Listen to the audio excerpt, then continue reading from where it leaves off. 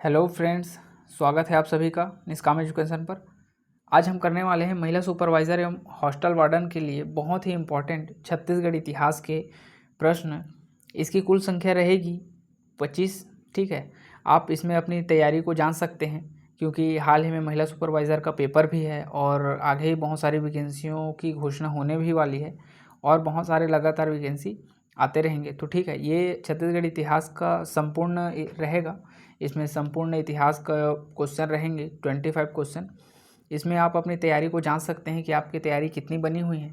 आप कमेंट करके ये बताइएगा कि क्वेश्चन ये 25 क्वेश्चन में से आपके कितने बने और जो ये सभी क्वेश्चन है उसका लेवल क्या रहा। ठीक है, तो चलिए शुरू करते हैं पहले क्वेश्चन से। पहला क्वेश्चन दिया है, ज्यामितीय आकार की शैल चित्र निम्न में से किस स्थान से प्राप्त हुआ है। तो इसका आंसर कीजिए आप। इसका करेक्ट आंसर क्या हो जाएगा? तो देखिए दोस्तों, ज्यामितीय आकार की शैल चित्र मिला है, वह मिला है अपने कर्मगढ़ से। ठीक है, छत्तीसगढ़ के कर्मगढ़ नामक स्थान से हमको ज्यामितीय आकार के शैल चित्र मिला है। इसमें एक और शैल चित्र को याद रखना होता है, कौन सा?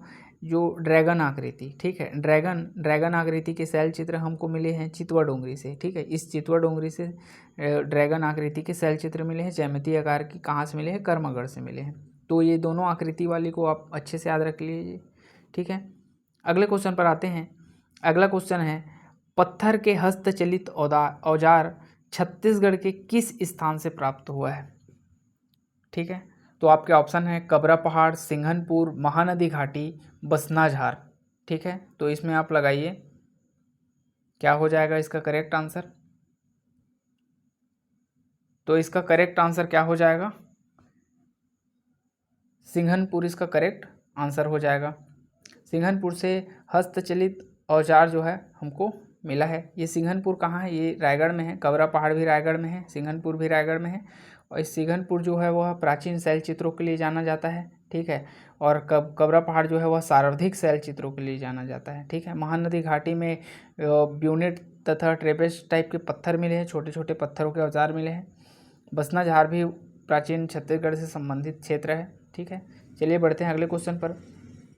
रामायण काल के दौरान खरदूषण का साम्राज्य माना जाता है। ठीक है, रामायण काल के दौरान खरदूषण का साम्राज्य माना जाता है। देखिए दोस्तों, रामायण काल के दौरान जो खरदूषण है, ये खरदूषण कौन है? तो रावण का चचेरा भाई था। ठीक है, रावण का चचेरा भाई था। ठीक है, इसका साम्राज्य जो है वह खरौद को माना जाता है। ठीक है, खरौद को इनका साम्राज्य माना जाता है। खल्लारी इस नहीं होगा। ठीक है, खल्लारी से लाक्षागिरी के साक्ष्य मिले हैं, अर्थात जो कौरव है, कौरव का जो दुर्योधन था उनके द्वारा पांडवों के लिए षड्यंत्र रूप से लाख का क्या किया गया था, एक महल बनाया गया था। वहाँ पर खल्लारी से उस साक्ष्य मिले हैं लाक्षागिरी के। श्रावस्ती क्या है? उत्तर कोसल की राजधानी थी। रतनपुर जो है हमारा प्रचलित क्षेत्र और ये भी राजधानी रही है। ठीक है, चलिए बढ़ते हैं अगले क्वेश्चन पर। चौथा क्वेश्चन दे रखा है, महाभारत के किस पर्व में महानदी का वर्णन चित्रोत्पल्ला के नाम से मिलता है। देखिए दोस्तों, ये बहुत ही इंपॉर्टेंट क्वेश्चन है, कई बार पेपर में पूछा जा चुका है। हाँ, और एक बात और, यहाँ पर मैंने लिखा नहीं है कि कौन से ईयर में इसको पूछा गया है, कौन से पेपर में पूछा गया है, लेकिन जितने भी यहाँ जो क्वेश्चन मैंने लाया है वो किसी न किसी एग्ज़ाम में आया हुआ है। ठीक है, तो आप ये मत समझिएगा कि क्वेश्चन को मैंने अपने से बनाया है, किसी न किसी एग्ज़ाम में ये आया हुआ है, उसी को मैंने यहाँ पर टाइप किया हुआ है। देखते हैं, महाभारत के किस पर्व में महानदी का वर्णन चित्रोत्पल्ला के नाम से मिलता है। तो इसका करेक्ट आंसर हो जाएगा भीष्म पर्व। ठीक है, ये तीनों पर्व का उल्लेख जो है हमारे महाभारत काल में मिलता है छत्तीसगढ़ से। किसी न किसी पर्व में जो है किसी न किसी चीज़ का उल्लेख मिलता है और अपने महाभारत में महानदी का चित्रोत्पल्ला नाम से उल्लेख मिलता है। कहाँ? भीष्म पर्व में। ठीक है, चित्रोत्पल्ला में जो है द्वापर युग में चित्रोत्पल्ला के नाम से महानदी जो है फेमस था। ठीक है, अगले क्वेश्चन पर आते हैं। मौर्य वंश से संबंधित क्षेत्र कौन सा नहीं है? ठीक है, तो इसका आंसर कर लेते हैं। देखिए दोस्तों, तारापुर तो है। ठीक है, ठठारी भी है, बारगांव भी है, अकलतरा भी है। ठीक है, अर्थात ये चारों है। तो कौन सा क्षेत्र नहीं है पूछा है, तो ये चारों हैं। तो इसका करेक्ट आंसर क्या हो जाएगा? इनमें से कोई नहीं, मतलब ऐसा कोई इसमें से ऑप्शन में नहीं है जो इससे संबंधित, मौर्य वंश से संबंधित ना नहीं है। ठीक है, अर्थात ऑप्शन नंबर ई आपका करेक्ट आंसर हो जाएगा। अगले क्वेश्चन पर आते हैं। छठवां क्वेश्चन है चंद्रगुप्त द्वितीय का धनुर्धारी सिक्का किस स्थान से प्राप्त हुआ है। ठीक है, चंद्रगुप्त द्वितीय का धनुर्धारी सिक्का किस स्थान से प्राप्त हुआ है। तो पूछ रहा है बारगांव, अकलतरा, बानाबरद या खरसिया। देखिए दोस्तों, धनुर्धारी खरसिया से प्राप्त हुआ है। ठीक है, खरसिया के तेलीकोटा नामक स्थान है जो कि खरसिया के समीप पड़ता है, उसी स्थान से जो है मिला है। और ये खरसिया तेलीकोटा दोनों कहाँ हैं, रायगढ़ जिला में पड़ता है। ठीक है, अगले क्वेश्चन पर आते हैं। अगला क्वेश्चन है हरि स्वामी तथा बप्पा स्वामी का उल्लेख निम्न में से किस शासक के ताम्रपत्र से प्राप्त होता है। तो देखिए, बहुत ही इंपॉर्टेंट है। छत्तीसगढ़ का सबसे प्रथम क्षेत्रीय राजवंश किसे माना जाता है, तो राजर्षि तुल्य कुलवंश को जाना जाता है। ठीक है, इसी का ही एक शासक था जिसका नाम है भीमसेन द्वितीय। इसी भीमसेन द्वितीय से हमको एक ताम्रपत्र प्राप्त होता है, कहाँ से, आरंग से। और आरंग से हमको ताम्रपत्र मिला है, उसी में लिखा है कि हरि स्वामी तथा बप्पा स्वामी दो जो ब्राह्मण थे उनको जो है इन्होंने क्या किया था, जमीन दान किया था, बहुत सारी गायें दान की थी। ठीक है, किसने, भीमसेन द्वितीय ने ऐसा लिखा हुआ हमको मिलता है। ठीक है, आते हैं अगले क्वेश्चन पर। अगला क्वेश्चन है कौशल मंडलाधिपति की उपाधि किसने धारण की थी। तो बताइए, कौशल मंडलाधिपति की, ध्यान दीजिएगा यहाँ पर ये मंडलाधिपति बोला गया है ना, इस मंडलाधिपति को आप अच्छे से पढ़िए। देखिए, महाशिव तीवरदेव ने तो सकल कौशलाधिपति की उपाधि धारण की थी, ये तो नहीं हो सकते भाई। ठीक है, महाशिवगुप्त बालार्जुन तो परम महेश्वर की उपाधि धारण की थी, ये भी नहीं हो सकते। नन्नराज प्रथम तो कोई उपाधि धारण नहीं किए थे ऐसा कुछ, लेकिन नन्नराज द्वितीय जो है वह शक्तिशाली शासक थे भाई, तो इन्होंने कौशल मंडलाधिपति की उपाधि धारण की थी। ठीक है, अगला क्वेश्चन पर आते हैं। सोनारपाल का अभिलेख निम्न में से किस शासक का है। सोनारपाल अभिलेख किस शासक का है। तो देखिए, सोनारपाल अभिलेख जो है सीधे इसके ऑप्शन पर आते हैं, इसका करेक्ट आंसर हो जाएगा ऑप्शन नंबर ए, जयसेन देव। ठीक है, यह जो है छिंदक नागवंशी शासक था। ठीक है, ये सभी छिंदक नागवंशी शासक हैं, जिसमें से जय सिंह देव का सोनारपाल से अभिलेख मिला है। सोमेश्वर देव तो बहुत ही फेमस है, कुरुषपाल अभिलेख है इनका। ठीक है, कुरुषपाल अभिलेख है। इसी प्रकार ये दोनों कन्हड़ देव, नरसिंह देव का भी उल्लेख हमको मिलता है। ठीक है, उसको और कभी डिस्कस करेंगे। अगले क्वेश्चन पर आते हैं। 10वां क्वेश्चन दिया है प्रण प्रताप चक्रवर्ती की उपाधि किसने धारण की थी। प्रण प्रताप चक्रवर्ती की उपाधि किसने धारण की थी। अजमेर सिंह, दलपत देव, राजपाल देव, दिक्पाल देव। तो देखिए दोस्तों, अजमेर सिंह तो हो नहीं सकते क्योंकि ये जो है वह हलवा विद्रोह के नेता थे। ठीक है, हलवा विद्रोह के नेता थे। और जो दलपत देव है ये अजमेर सिंह का पिता था, तो ये भी नहीं होगा। ठीक है, दिक्पाल देव यहाँ पास नहीं है। ठीक है, राजपाल देव इसका करेक्ट आंसर हो जाएगा। इसे रक्षपाल देव के नाम से भी जाना जाता है। ठीक है, ये शक्तिशाली शासक था। इसी का ही पुत्र दलपत देव था, और दलपत देव का पुत्र अजमेर सिंह और दरिया देव था। और अजमेर सिंह और दरिया देव दोनों के मध्य क्या हुआ था, हलवा का विद्रोह हुआ था। हम लोग बहुत अच्छे से इतिहास में से कंप्लीट किए हैं और पढ़े भी हैं। चलिए अगले क्वेश्चन पर आते हैं। 11वां क्वेश्चन दे रखा है अकलतरा, पारा गाँव, सिवरी नारायण, सरखो। देखिए दोस्तों, ये 4 अलग अलग जगह हैं। ठीक है, अकलतरा, पारा गाँव, सिवरी नारायण और सरखो, इन स्थानों से किनका अभिलेख प्राप्त हुआ है करके क्वेश्चन में पूछा जा रहा है। ठीक है, तो इसका करेक्ट आंसर क्या हो जाएगा। तो देखिए, इसका करेक्ट आंसर पृथ्वीदेव द्वितीय तो नहीं होगा। ठीक है, क्योंकि इसका मोदा ताम्रपत्र है। जाजल देव द्वितीय का भी नहीं होगा, क्योंकि इन्होंने कुल टोटल 3 वर्ष ही शासन किया था, और इतना अभिलेख इनसे कहाँ से मिलेगा। ठीक है, प्रतापमल का तो चक्राकार सिक्का और षटकोणाकार सिक्का है, लेकिन ये रत्नदेव द्वितीय जो है ये इसका आपका करेक्ट आंसर हो जाएगा। इसी का ही जो है वो 4 जगह से, अकलतरा, पारा गाँव, सिवरी नारायण और सरखो जगहों से क्या मिला है, तो अभिलेख प्राप्त हुआ है। अगले क्वेश्चन पर आते हैं। 12वां क्वेश्चन है दूधाधारी मठ रायपुर स्थित है, इसका जीर्णोद्धार किस शासक के द्वारा करवाया गया था। ठीक है, तो देखिए दोस्तों, ये दूधाधारी मठ का निर्माण सर्वप्रथम तो किनके द्वारा किया गया था उसी को देख लेते हैं। तो बलभद्र दास। ठीक है, बलभद्र दास के द्वारा क्या किया गया था, इसका जो है निर्माण करवाया गया था। और ये जो है मराठा काल में इनका जीर्णोद्धार जो बिंबाजी भोसला होता है, जो कि प्रथम प्रत्यक्ष जो मराठा शासन करता है, बिंबाजी भोसला, इन्हीं के द्वारा जो है इसका जीर्णोद्धार करवाया गया था। अगले क्वेश्चन पर आते हैं। विदेशी यात्री कोलब्रुक किनके समय में छत्तीसगढ़ की यात्रा पर आए थे। ठीक है, तो इसका करेक्ट आंसर क्या हो जाएगा। इसका करेक्ट आंसर हो जाएगा केशव गोविंद। इसको करेक्ट कीजिएगा दोस्तों, ये केशव गोविंद है, केशव गोविंद लिख गए हैं, ठीक है। तो केशव गोविंद के समय में ये कोलब्रुक विदेशी यात्री छत्तीसगढ़ की यात्रा पर आए थे।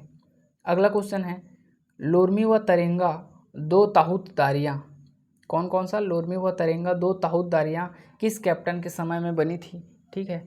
तो इसका करेक्ट आंसर हो जाएगा ऑप्शन बी, सैंडिस। देखिए दोस्तों, सैंडिस के समय जो है दो ताहूतदारियाँ बनी थी, ठीक है। एक आई थिंक 1826 में है और एक 1828 में, ठीक है। दो ताहूतदारियाँ जो है निर्माण हुआ था सैंडिस के समय में, ठीक है। ब्रिटिश अधीक्षक था सैंडिस। 15वां क्वेश्चन दे रखा है, 1862 में छत्तीसगढ़ को मध्य प्रांत का एक संभाग बनाया गया, जिस संभाग का मुख्यालय निम्न में से क्या था।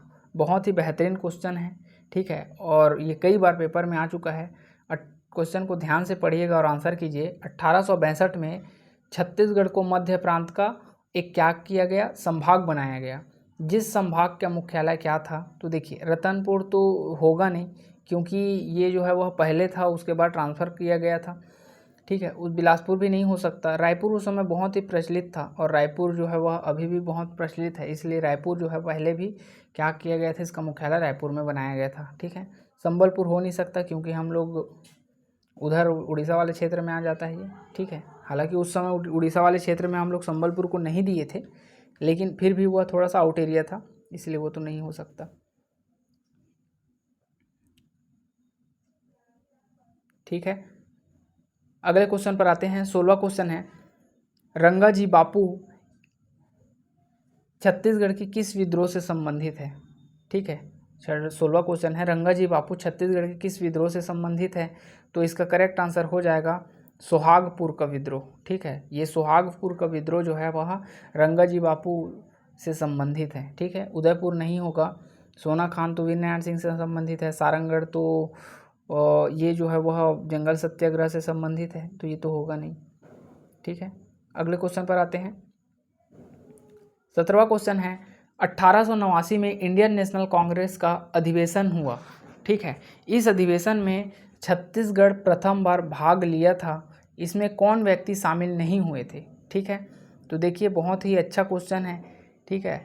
1889 में पहला इंडियन नेशनल कांग्रेस का कांग्रेस हुआ, जिसमें छत्तीसगढ़ ने भाग लिया था, ठीक है। देखिए, 1885 में तो इंडियन नेशनल कांग्रेस की स्थापना हो गई थी, लेकिन 1889 जो हुआ उसमें छत्तीसगढ़ भाग लिया था ना। 1889 वाले में छत्तीसगढ़ ने प्रथम बार भाग लिया था, उसमें से 4 व्यक्ति हमारे छत्तीसगढ़ से भी गए थे। कुल टोटल 214 मध्य प्रांत से गए थे, इसमें से 214 में से 4 जो है अपने छत्तीसगढ़ एरिया से गए थे। इसमें कौन शामिल नहीं हुआ था, इस नहीं को ध्यान दीजिएगा दोस्तों, यहीं पर हम लोग लगभग फंसने जैसे हो जाते हैं। तो माधवराव सप्रे जी गए थे, वामनराव लाखे भी गए थे, CM ठक्कर गए थे, और एक आदमी गए थे जिसका नाम था रामदयाल तिवारी। वो तो ऑप्शन में नहीं है, लेकिन इसमें पूछा है, नहीं पूछा है, तो रामराव चिंचोलकर इसमें नहीं गए थे। ऑप्शन नंबर बी करेक्ट हो जाएगा, ठीक है। अगले क्वेश्चन पर आते हैं। देश का प्रथम छात्र हड़ताल 1907 में राजनांदगांव में किनकी अध्यक्षता में हुआ था, ठीक है। तो बताइए इसका करेक्ट आंसर क्या हो जाएगा। देश का प्रथम छात्र हड़ताल 1907 में राजनांदगांव में किनकी अध्यक्षता में हुआ था। तो देखिए, इसका करेक्ट आंसर हो जाएगा ठाकुर प्यारेलाल सिंह। देखिए दोस्तों, राजनांदगांव बोला है तो राजनांदगांव के सबसे बड़े नेता और मजदूर नेता और सहकारिता के जनक ठाकुर लाल प्यारे को ही जाना जाता है, ठीक है। ये जो है बहुत ही एक्टिव व्यक्ति थे हमारे छत्तीसगढ़ से स्पेशली, ठीक है, एक्टिव व्यक्तियों में से एक थे। तो ये जो है राजनांदगांव से संबंधित थे। राजनांदगांव जो है वह इसका कार्य क्षेत्र हुआ करता था और इनका घर भी वहीं था, तो अधिकतर राजनांदगांव वाले क्षेत्र में बहुत सारे कार्यों का संपादन इन्हीं के द्वारा किया जाता था। अगले क्वेश्चन पर आते हैं। खिलाफत आंदोलन में रायपुर से मुस्लिम नेता कौन थे। खिलाफत आंदोलन में रायपुर से मुस्लिम नेता कौन थे, तो बताइए क्या हो जाएगा। आपके ऑप्शन है वजीर खान, अकबर खान, हकीम खान, असगर अली। देखिए दोस्तों, आप लोगों ने अच्छे से पढ़ा होगा आधुनिक छत्तीसगढ़ का इतिहास, तो ये तीनों जो है वह जो है बिलासपुर से संबंधित है, ठीक है। ये तीनों जो है वह बिलासपुर से संबंधित है, जबकि ये जो असगर अली हैं ये अपने संबंधित है कहाँ से, रायपुर से, ठीक है। रायपुर से संबंधित है कौन, असगर अली जी। असगर अली मुस्लिम नेता थे और अपने जो हिंदू नेता थे वो कौन थे, रविशंकर शुक्ल थे, ठीक है। तो ये दोनों जो है रायपुर से थे और बाकी ये तीनों तो बिलासपुर से हैं, ठीक है। चलिए बढ़ते हैं अगले क्वेश्चन पर। अगला क्वेश्चन है, 20वां क्वेश्चन दिए रखा है, असहयोग आंदोलन के दौरान रायपुर जिला परिषद से त्याग पत्र सौंपा था, किसने सौंपा था। असहयोग आंदोलन के दौरान रायपुर जिला परिषद से त्याग पत्र किसने सौंपा था, तो बाजीराव कृदंत तो धमतरी से संबंधित है, नहीं आएगा। सीएम ठक्कर ये सब त्याग पत्र सौंपने वाला काम ही नहीं किए थे। बैरिस्टर छेदीलाल जो है वह परिषद के व्यक्ति ही नहीं थे, ये तो बैरिस्टर थे, है ना। तो यादवराव देशमुख जी जो है वो वकील थे और उन्होंने जो रायपुर जिला परिषद से इन्होंने त्याग पत्र दे दिया था 1920 असहयोग आंदोलन के दौरान, ठीक है। अगले क्वेश्चन पर आते हैं, कर्मवीर पत्रिका का संपादन किनके द्वारा किया गया था दोस्तों। कर्मवीर पत्रिका का संपादन किनके द्वारा किया गया था, तो इनका करेक्ट आंसर हो जाएगा माखनलाल चतुर्वेदी जी, ठीक है। माखनलाल चतुर्वेदी जी के द्वारा किया गया था। पुन्नालाल बख्शी के द्वारा नहीं किया गया था, रविशंकर शुक्ल भी नहीं, महाधरराव सप्रे संबंधित नहीं थे, ठीक है। इसका करेक्ट आंसर हो जाएगा Makhanlal Chaturvedi, option number C, ठीक है। अगले क्वेश्चन पर आते हैं, आपका 22वां क्वेश्चन दे रखा है, नागपुर झंडा सत्याग्रह में नागपुर से नेतृत्व किसने किया था, ठीक है। अर्थात नागपुर से झंडा किसने फहराया था बोला जा रहा है, तो इसका करेक्ट आंसर क्या हो जाएगा बताइए। इसका करेक्ट आंसर हो जाएगा जमुनालाल बजाज, ठीक है। जमुनालाल बजाज जो है वह रायपुर से एक्टिव नेता थे, किसमें, झंडा सत्याग्रह में। अर्थात नागपुर से शुरू भी हुआ था झंडा फहराना, झंडा सत्याग्रह, और जमुनालाल बजाज जो है वह नागपुर से संबंधित थे। पंडित रविशंकर शुक्ल जो है वह रायपुर से संबंधित थे, ठीक है। और क्रांति कुमार भारती जो है वह बिलासपुर से संबंधित थे, ठीक है। इन्होंने यहाँ पर झंडा फहराया था सरकारी विभागों में। 23वां क्वेश्चन है, विद्यार्थी कांग्रेस का गठन कब किया गया था। बहुत ही बेहतरीन क्वेश्चन है, पेपर में ये पूछा जा चुका है कई बार। तो 1930 में विद्यार्थी कांग्रेस का गठन किया गया था, ठीक है। अगले क्वेश्चन पर आते हैं, सेकंड लास्ट क्वेश्चन, 24वां क्वेश्चन, छत्तीसगढ़ में सर्वप्रथम किसने व्यक्तिगत सत्याग्रह की शुरुआत की थी। छत्तीसगढ़ में सर्वप्रथम किसने व्यक्तिगत सत्याग्रह की शुरुआत की थी, तो इनका करेक्ट आंसर हो जाएगा क्या, रविशंकर शुक्ल, ठीक है। रायपुर में इन्होंने शुरुआत किया था, रायपुर से शुरुआत किया था पंडित रविशंकर शुक्ल जी ने, और सुंदरलाल शर्मा तो इनसे संबंधित नहीं है, ठीक है। माधवराव सप्रे ये सभी इनके सहयोगी थे, ठीक है, ये सभी इनके सहयोगी थे। और पंडित रविशंकर शुक्ल जो है स्पेशली इनके द्वारा क्या किया गया था, तो झंडा सत्याग्रह की व्यक्तिगत सत्याग्रह का शुरुआत किया गया था, ठीक है। भारत से कौन थे, तो विनोबा भावे जो है वह गांधी जी के द्वारा प्रथम व्यक्तिगत सत्याग्रह के अध्यक्ष चुने गए थे। दूसरे नंबर पे जवाहरलाल नेहरू थे, ठीक है। तो इस प्रकार इसको याद रखिएगा। बढ़ते हैं आज के लास्ट क्वेश्चन पर, ठीक है। 25वां क्वेश्चन दिया है, 15 अगस्त 1947 को बिलासपुर गांधी चौक से किसने तिरंगा झंडा फहराया था। अर्थात जब आज़ादी हो गया तो आज़ादी के समय जो है विभिन्न जगहों से जो कि प्रमुख जगह हैं, जैसे कि कहीं का मुख्यालय है, नागपुर का है, सीताबर्डी चौक है, रायपुर अपना वो जो है मुख्यालय है, इन सभी जगहों से मेन जगहों से, गांधी चौक से, ऐसे जगहों से क्या किया गया था, झंडा फहराया गया था, तिरंगा झंडा, और राष्ट्रगान गाया गया था। तो पूछ रहा है कि तिरंगा झंडा सर्वप्रथम, मतलब तिरंगा झंडा बिलासपुर के गांधी चौक से किसने फहराया था, तो क्या हो जाएगा करेक्ट आंसर। देखिए ये मुंगेली से थे, संसदीय सचिव थे उस समय रामगोपाल तिवारी जी, इन्हीं के द्वारा क्या किया गया था, तो बिलासपुर गांधी चौक से इन्होंने झंडा फहराया था। माधवराव सप्रे जो है वह रायपुर से फहराए थे। आर.के. पाटिल जो है वह रायपुर मुख्यालय से फहराए थे। वामनराव लाखे जो है रायपुर के गांधी चौक से फहराए थे, ठीक है। तो ये माधवराव सप्रे जो है दुर्ग से फहराए थे। तो इस प्रकार आपके जो है 25 क्वेश्चन जो है कंप्लीट हो गए दोस्तों, ठीक है। आई होप कि आप सभी को ये क्वेश्चन अच्छे लगे होंगे, और आप लोग से एक निवेदन और है कि आप लोग चैनल को बिल्कुल सब्सक्राइब कर लो, ठीक है, सब्सक्राइब कर लीजिए। इससे डेफिनेटली इस चैनल से आपको क्या मिलेगा, हेल्प अवश्य मिलेगा, ठीक है। इसके अलावा और एक बात कि टेलीग्राम चैनल से भी जुड़ जाइए, क्योंकि वहाँ पर इनका PDF और कुछ नोटिफिकेशन भी वहाँ जारी किए जाते हैं, वहाँ पर साझा किया जाता है जानकारी को। ठीक है, वीडियो के अंत तक बने रहने के लिए धन्यवाद। मिलते हैं अपने अगले वीडियो में, तब तक के लिए धन्यवाद।